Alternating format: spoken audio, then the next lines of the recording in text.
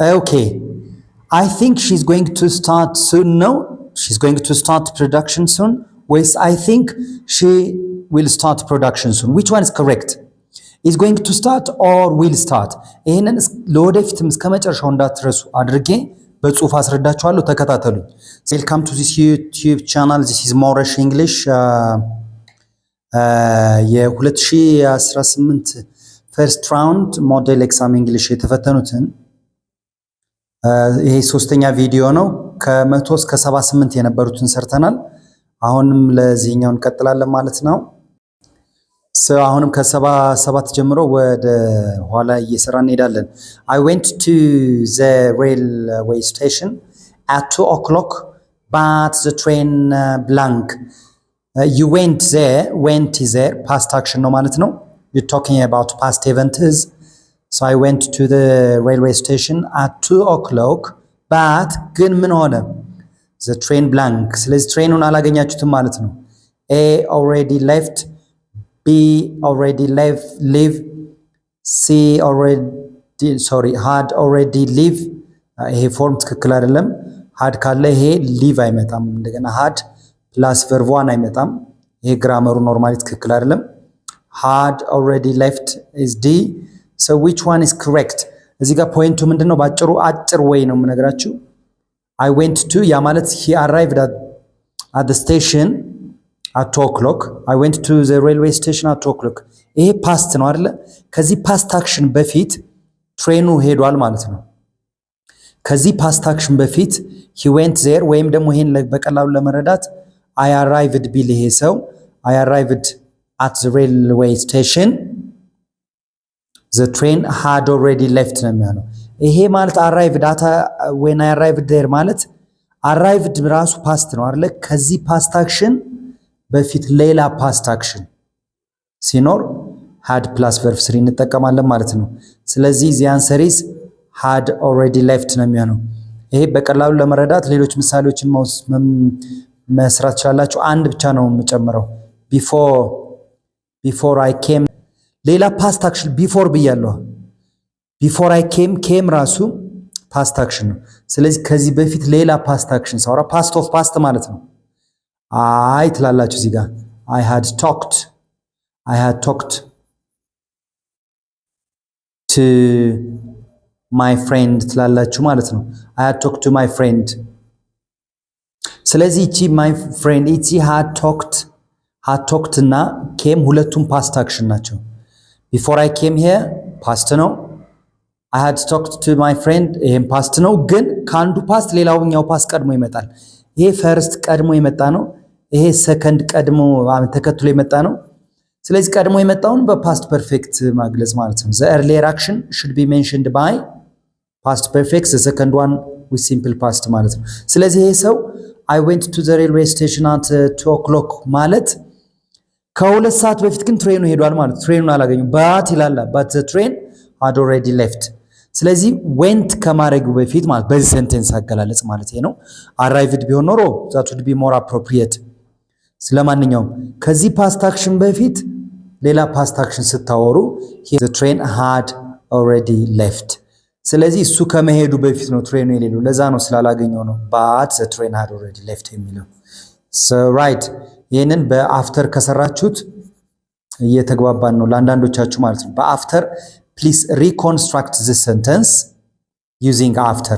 ሐሳቡ ሳይቀየር ቴንሱንም እንደጠበቃችሁ በአፍተር ሪኮንስትራክት በአዲስ ሪኮንስትራክት ካደረጋችሁ ቴንስ ሴንቴንስ ራሱ ሐሳቡ ሳይቀየር ፓስት ፐርፌክት ገብቷችኋል ማለት ነው። አፍተር ብዬ ምን ልበል? ይሄንን ለእናንተ አሳይመንት እተዋለሁ ማለት ነው። ከመለሳችሁልኝ correctionን እኔ እሰጣችኋለሁ ማለት ነው። question number 76 I will call you when the guests what? I will call you when the guests will arrive. ይሄም will በሁለቱም ሳይድ አይመጣም ሲጀመር። when they will arrive አይባልም ኖርማሊ። then when they will be arriving አይሆንም። when አላ when require የሚያደርገው ፊውቸርን አይደለም። ፊውቸር የሌላ ጊዜም ተደጋግሞ ይመጣል። ቀላል ጥያቄ ነው ግን ተደጋግሞ መምጣቱ አይቀርም። ስለዚህ I will call you bro when I get home ነው የምትሉት። I will call you when I get home ቤት ስደርስ እደውልልሃለሁ። I will call you when I get back when I return ስትሉ ስለዚህ እዚህ ጋር ያለው ምን ቨርብ ነው የሚፈልገው? ዊል የያዘን መሆን የለበትም። ስለዚህ ሁለቱን አውቶማቲክሊ ታወጣላችሁ። ከዛ I will call you when the guests arrive or arrive። ሲቺ ሲንጉላር ናት። ሲንጉላር ምን ቢሆን ነበር እዚህ ጋር he she it ወይም አንድ ሰው ቢሆን ኖሮ arrive ስንመርጣለሁ ሲንጉላር ነው። ይሄ ግን ፕሉራል ነው። ፕሉራል። ስለዚህ ፕሉራል ከሆነ arrive is the answer ማለት ነው። ምንም እዚህ ጋር ብዙ ማብራሪያ ያስፈልገውም። ወደ ሌሎች ወደ ጠቃሚ 75 her parents let her blank በቃ let her parents let her blank our school let her to choose let her choosing let her to choosing let her choose ስለዚህ the point here let is there let ካለ ይሄን ከዚህ በፊት በነበረው ቪዲዮ make እና letን በደንብ እያነጻጸርኩ ስላወራሁኝ እሱን ማየት ይተበቅባቸዋል። ፓርት 3 ድረስ ሰርቻለሁ በዚሁ ሺት make እና let make and let ከተሰጠ make ሲባል ሜድን ጨምሮ ፓስት አክሽኑን ፓስት ፎርሙን ጨምሮ ማለት ነው።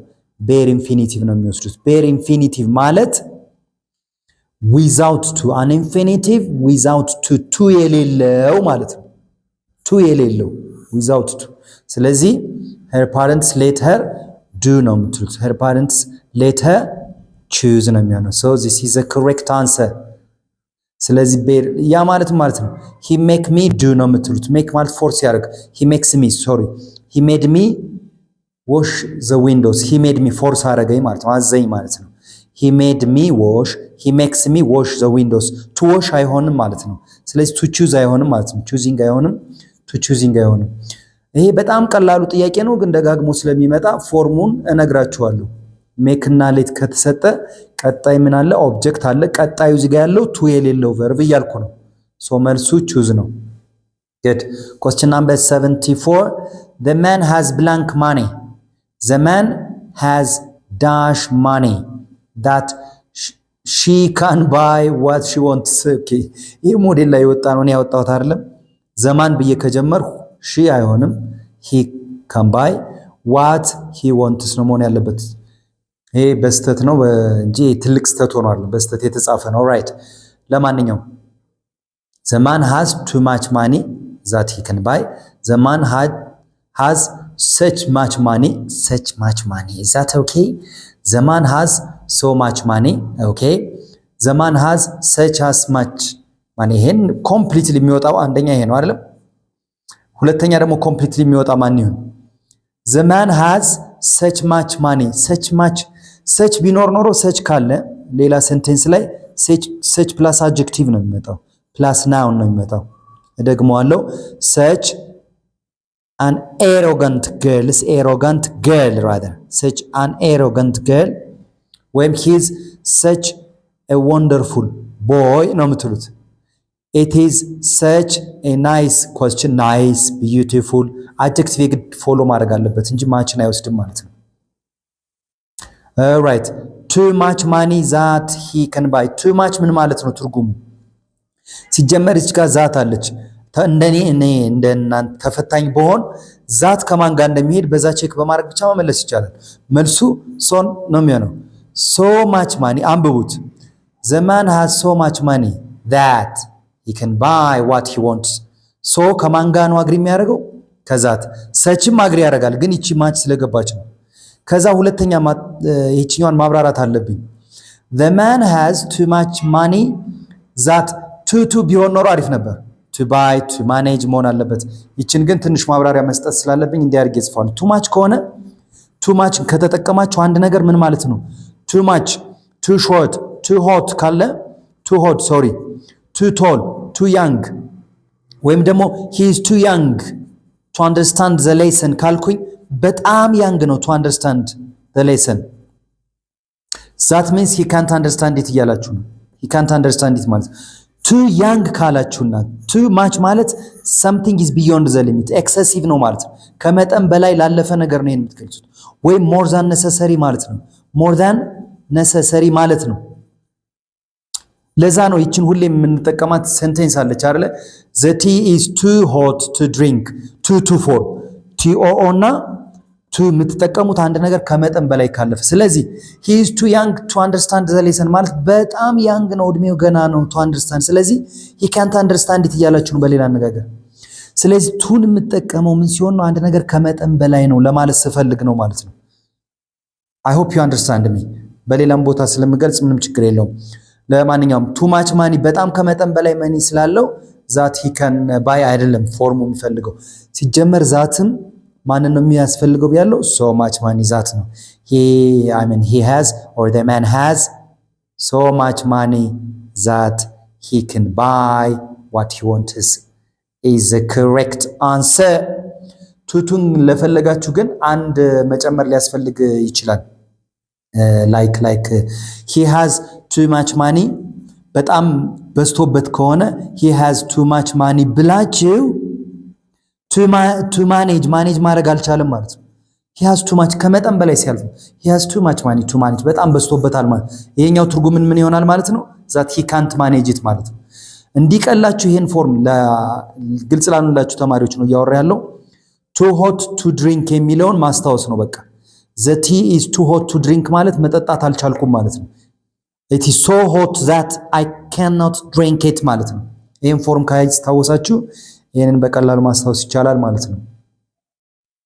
so question number 73 ላይ ደርሰናል። there aren't blank candles left I must buy what? there aren't ይቺ አንድ ኤቪደንስ አለች። ይሄም ካውንተብል ነው። ኦኬ ይሄንንም እንይዛለን። so there aren't blank candles left I must buy blank. so there aren't many candles I must buy little. okay little is for countable. ይሄ little ለካውንተብል ነው የተጠየቀን። ይሄ ካውንተብል ነው አይደለ? 1 2 3 ማለት ትችላላችሁ። ካውንተብል ነው። little ደግሞ የምንጠቀመው ለአንካውንተብል ነው። አንካውንተብል ነው። ስለዚህ I must buy little አይባልም ማለት ነው። በዚህ ምክንያት ብቻ ታጠፋላችሁ። right there aren't any candles ምንም ካንድል የለም። so I must buy some ይሄን እናቆየዋለን። ሲ ተመልከቱ። ተፈታኝ ከሆናችሁ እንደኔ እያደረጋችሁ የማይሆነውን እያስወገዳችሁ ትሄዳላችሁ።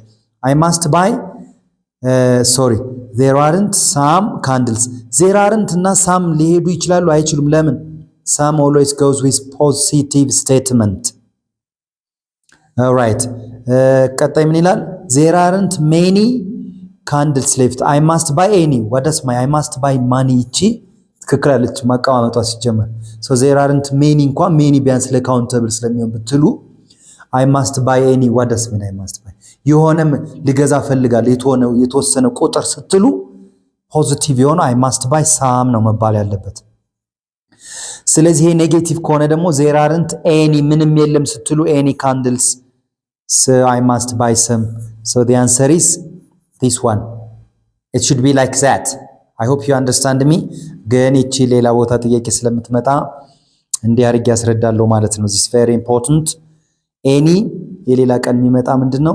any ማስታወሻ መያዝ ይችላልላችሁ። any ከኔጌቲቭ ስቴትመንት እና አሁን ኔጌቲቭ ስለሆነ ነው አይደል የመረጥኩ። there aren't any candles ነው ያልኩት። እና any ደግሞ ለኮስችን ከጥያቄ ጋር ነው የሚመስለው። ጥያቄ ለሆኑ ይሄ ፈተና መምጣቱ አይቀርም። ቀላል ቢሆንም ፈተና ይመጣል ሁሌ። ለምሳሌ ኮስችን አንድ እንውሰድ። do you have any friends here ትላላችሁ። ጓደኛ እዚህ ግን አለ ስትሉ do you have any friends here? ስለዚህ ኤኒን የምትጠቀሙት ለመቼ ነው? ኔጌቲቭ ሴንቴንስ ስለሆነና ጥያቄ ለሆነ ማለት ነው። ሳምን ደግሞ ሳም ይሄ 10ኛና ከ9ኛ ክፍል የሚመጡ ጥያቄዎች ናቸው ለ12ኛ ክፍል ማለት ነው። ሳም ደግሞ ከማን ጋር ነው የሚሄደው? ከፖዚቲቭ ስቴትመንት ፖዚቲቭ ከሆነው ስቴትመንት so I must buy some so there aren't any candles this is the correct answer ማለት ነው። good question number 72. I see new machines dropped in her ground. oh why I love such type of question by the way. ይችን አሁን የግድ ማሰላሰል ያስፈልጋል። I see new machines dropped in her ground. አዳዲስ ማሽኖችን ግራውንድ ላይ አይታችኋል።